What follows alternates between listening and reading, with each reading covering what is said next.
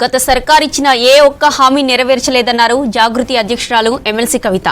First 5 ఏళ్లు ఎంపీగా ఉన్నప్పుడు తనను నిజామాబాద్కే పరిమితం చేశారని ఆరోపించారు. వచ్చే అసెంబ్లీ ఎన్నికల్లో ఖచ్చితంగా పోటీలో ఉంటామని చెప్పారు. ఎంపీగా ఉన్నప్పుడు కూడా నేను ప్రజల్లోనే ఉన్నానని చెప్పారు. మా పార్టీ వాళ్ళే కుట్ర చేయడంతో నిజామాబాద్లో ఎంపీగా ఓడిపోయానని అన్నారు ఎమ్మెల్సీ కవిత. ఈ జిల్లా కానీ రాష్ట్ర వ్యాప్తంగా ఉన్నటువంటి ఈ పరిపాలన కానీ తెలంగాణ రాష్ట్రాన్ని చూస్తే రాజకీయ నాయకులు ఇచ్చినటువంటి ఏ ఒక్క మాటను కూడా నిలబెట్టుకుంటలేరు.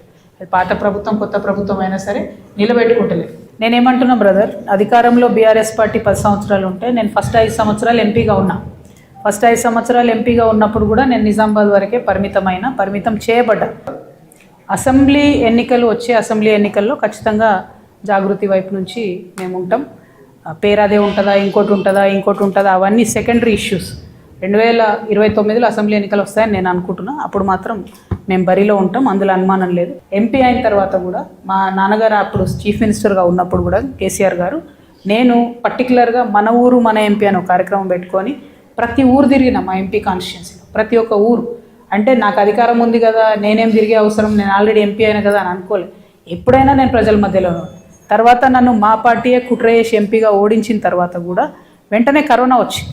కరోనాలో కూడా నేను అవుట్ రైట్గా పనిచేసిన. ఆ తర్వాత వద్దంటే ఎమ్మెల్సీ ఇచ్చారు, నేను ఎంపీ అడిగిన ఎమ్మెల్సీ ఇచ్చారు.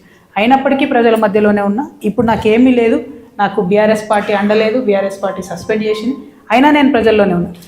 गर्वापसी का कोई उम्मीद नहीं साहब, ज़रा दिल टूट गया सब, दिल तोड़ दिए, नहीं तो फिर भी चांस था, लेकिन बिल्कुल अभी तो कुछ नहीं है सर. Thank you. जिला